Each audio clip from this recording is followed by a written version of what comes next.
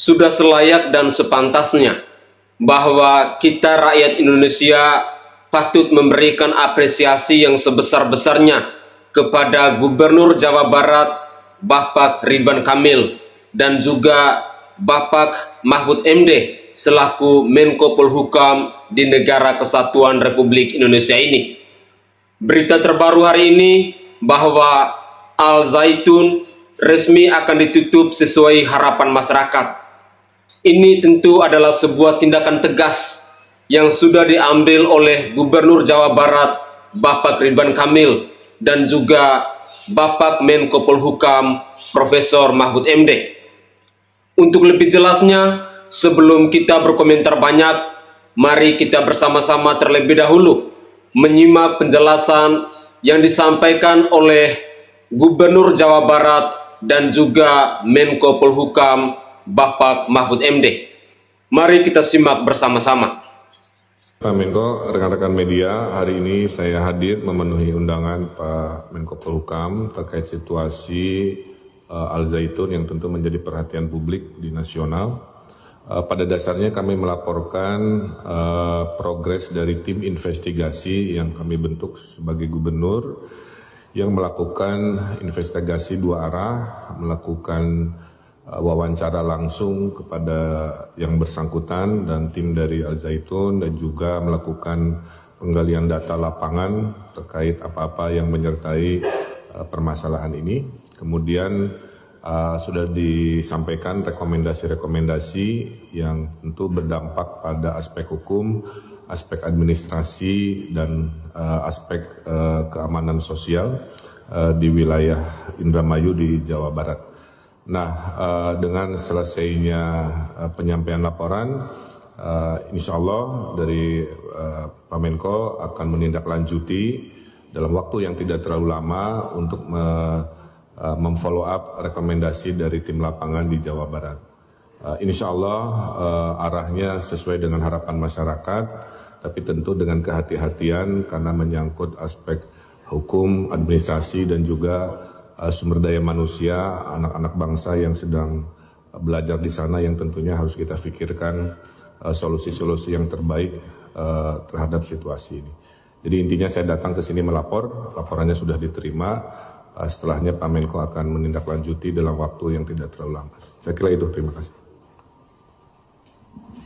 Itulah laporan dari Bapak Ridwan Kamil, Kang Emil, tentang apa yang sudah diinvestigasi, dipelajari dan didalami di lapangan, lalu dilaporkan kepada kami tadi. Akan ada 3 langkah. Pertama, semua laporan baik yang masuk langsung ke Kemenko Polhukam maupun yang disimpulkan oleh timnya Kang Emil di Jawa Barat, ada dugaan kuat telah terjadinya 3 masalah. Pertama, terjadinya tindak pidana. Ya, ada beberapa hal tindak pidana. Laporan masuk ke Menko Polhukam dan kesimpulan-kesimpulan dari berbagai penelitian nanti akan, dan juga ada laporan resmi yang akan disampaikan ke Polri. Nah, Polri akan menangani tindak pidananya. Pasal-pasal apa? Pasal-pasal apa yang nanti akan menjadi dasar untuk melanjutkan proses pidana nanti akan diumumkan pada waktunya.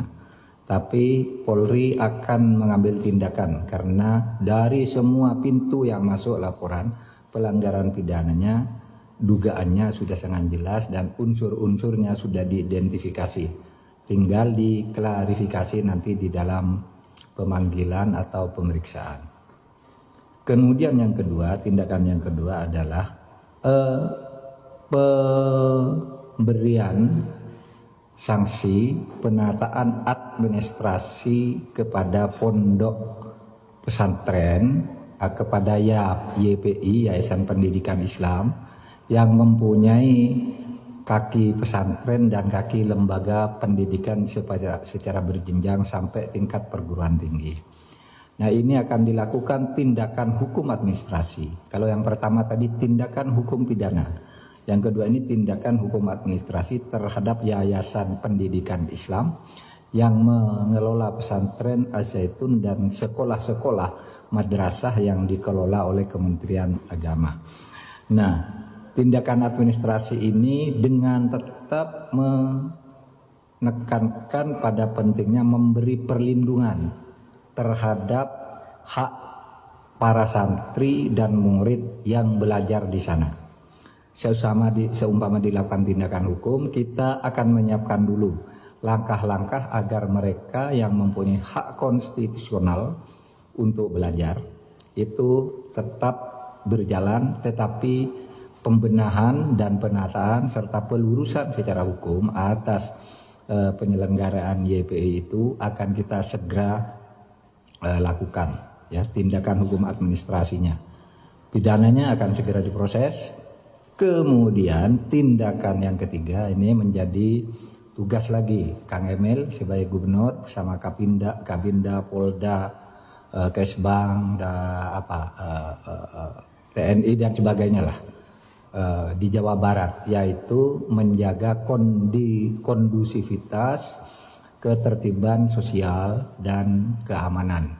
Nah, kita pasrahkan yang di lapangan, tolong dikoordinasikan dengan seluruh aparat. Kalau perlu koordinasi dengan pusat dalam hal-hal tertentu, kita buka jalur dengan Pak Gubernur gitu untuk mendata itu. Jadi 3 tindakan ya: pidana, administrasi, dan sosial keamanan, tertib sosial dan keamanan. Ada pertanyaan? Intoleransi. Itu bukan bahasa saya. Itu bahasa survei. Dianggap apa? Dianggap menurunnya nilai-nilai kebangsaan itu paling besar di Jawa Barat. Maka kasus-kasus intoleransi dan radikalisme itu dianggap tinggi. Apalagi sekarang setelah munculnya isu Az-Zaitun. As-Salafiyah nggak kayak Az-Zaitun toh, Gus? Kan aku takut.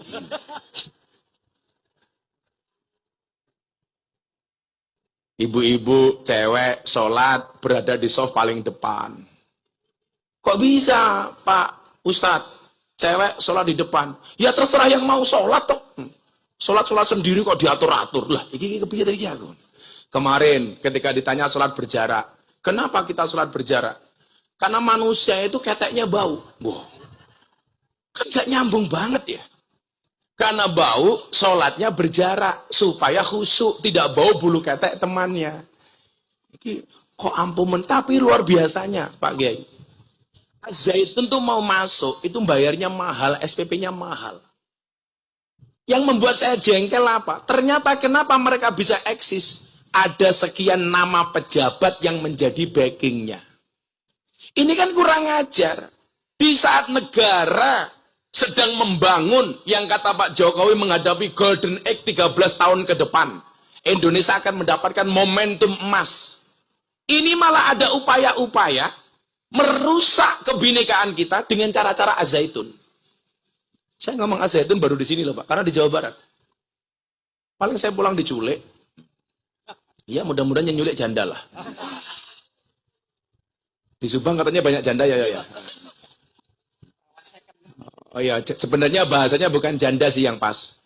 Perawan second. Makanya kalau Bansor Ansor belum menikah dengan janda le. Kalau kamu menikah dengan janda, nggak ada malam pertama, adanya malam terusan. Mas tahu? Saya bilang, ini kita memasuki Golden Age 13 tahun ke depan. Indonesia diprediksi, bukan diramalkan ya. Kalau diramalkan itu dukun, Pak. Kalau bahasanya orang beriman itu firosat. Firosat, itaku firosat al-mu'min fa'innahu yang duru binurillah. Indonesia ini akan bersaing dengan Cina. Indonesia ini akan bersaing dengan Amerika. Bonus demografi dengan semakin banyaknya warga negara Indonesia, itu akan menjadi keuntungan. Terbukti melalui apa, Pak? Melalui ujian Allah berupa COVID-19. Semua orang meramal Indonesia akan hancur gara-gara COVID. Tapi ternyata kita mempunyai pemerintah yang top. Begitu COVID muncul, langsung muncul BLT. Bantuan langsung telas.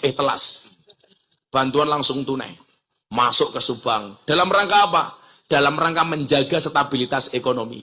Tapi lucunya orang Subang, Kiai, BLT untuk orang miskin, yang punya mobil juga ngaku miskin. Betul, Bu? Yang gelang emasnya besar-besar ngaku miskin.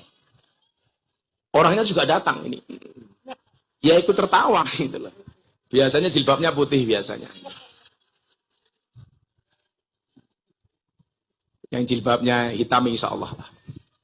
Pendemo itu bukan teroris. Mereka hanya menyampaikan aspirasi yang tidak digubris. Sungguh miris di negeri sendiri dianggap turis. Hanya gara-gara seorang komunis, kalian jadikan negeri ini menjadi tragis. Ya ayyuhalladzina amanu in tansurullaha yansurkum. Wahai orang-orang yang beriman, jika kamu menolong agama Allah, maka Allah akan menolongmu. Segera tangkap Panji Gumilang. Kalau tidak, kumaha barudak. Allahu Akbar. Buat para tokoh ulama, buat para habib, jangan terpancing dengan demo Al-Zaitun. Karena itu adalah strategi badut-badut politik. Begitu anarkis ditangkap, dikeluarkan setelah selesai pemilu. Itu adalah strategi badut politik. Serahkan kepada yang muda, yang pemberani.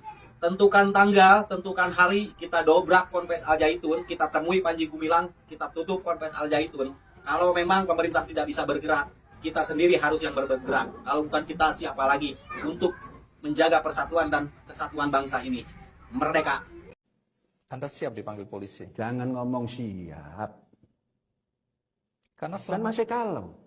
karena selama ini banyak orang mengatakan Anda ini kebal hukum. Bagaimana? Anda punya backing kebal hukum, tidak tersentuh. Dari dulu Anda diperkarakan tapi belum pernah sampai kemudian ditangkap, diperiksa, dimasukin penjara. Itu kan khayal mereka. Anda menantang. Anda bilang kalian kirim 1.000, saya kirim 10.000. Dan itu kan terbuka sekali. Jadi Anda nantang ini. Memang nggak boleh. Kalau orang mau mendemo, kemudian saya siapkan supaya tidak hancur tempat ini. Nah jangan demo dong kalau nggak mau dikasih statement seperti itu. Karena saya menghormati pendemo, saya siapkan. Karena mereka mengatakan 3.000, ya kami datang. Backing membuat negara menjadi genting. Hanya gara-gara orang Sinting yang membawa peradaban asing. Rakyat hampir saling banting, tapi pejabat malah sibuk hunting. Bagi mereka ini tidak penting, tapi bagi kami ini sangat penting. Segera tangkap Panji Gumilang. Iya, nah ini kan adem nih. Ya, sosok kontroversi yang harus kita selesaikan karena umat banyak salah paham. Panji Gumilang telah terlalu berani untuk merobek jala persaudaraan di antara kita, terutama kaum muslimin. Bagi beliau, bila tidak percaya tidak masalah, tetapi ketika engkau mengatakan Al-Quran, ada keraguan di dalamnya dan bukan kalamullah, engkau telah merusak persaudaraan yang tertata, bahkan lebih tua dari umurmu. Saya berbaik sangka Panji Gumilang itu tokoh besar, pembaharu, di mana-mana pembaharu selalu kontroversial. Selamat terus mempertahankan kebebasan berpikir, hanya saja hati-hati karena masyarakat kita sangat pluralis. Orang itu sangat keterlaluan merusak tatanan ajaran Islam. Nah, oleh karena itu tidak ada jalan lain kecuali pihak kepolisian menangkapnya.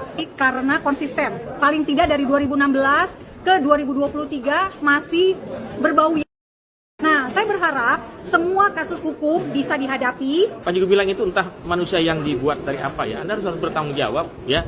Berapa banyak korban cuci otak yang itu akibat dari Anda sebagai pemimpin ya. Ya, Anda pikir nanti ya oke lah. Ya, Anda nggak percaya akhirat tapi terus terang aja ya. Aku yakin kepolisian segera akan menangkap Anda. Finish Anda. Selesai. Game over. Polri untuk mengusut kasus ini sesuai dengan tupoksinya. Kemudian MUI juga harus melaksanakan persoalan keagamaannya. Dan Kemenak untuk memantau, mengawasi pendidikan dan melakukan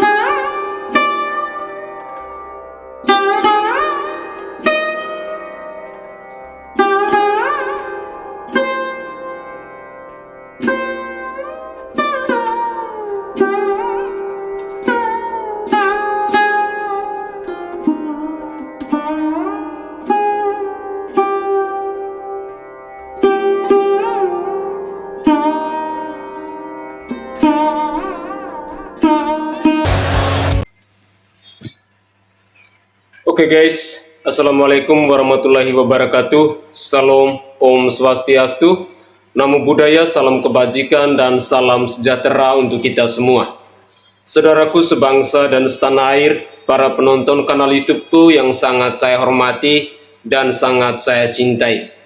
Dalam muatan video tadi, kita sudah menyimak bersama-sama, kita sudah mendengarkan bersama-sama. Terlebih khususnya penegasan yang disampaikan oleh Gubernur Jawa Barat, Bapak Ridwan Kamil, dan juga penegasan yang disampaikan oleh Bapak Menko Polhukam, yakni Profesor Mahfud MD. Saya rasa penyampaian disampaikan oleh dua tokoh ini tadi sangat jelas. Mahfud MD menegaskan bahwa ada 3 poin pelanggaran dalam pondok pesantren Al Zaitun itu.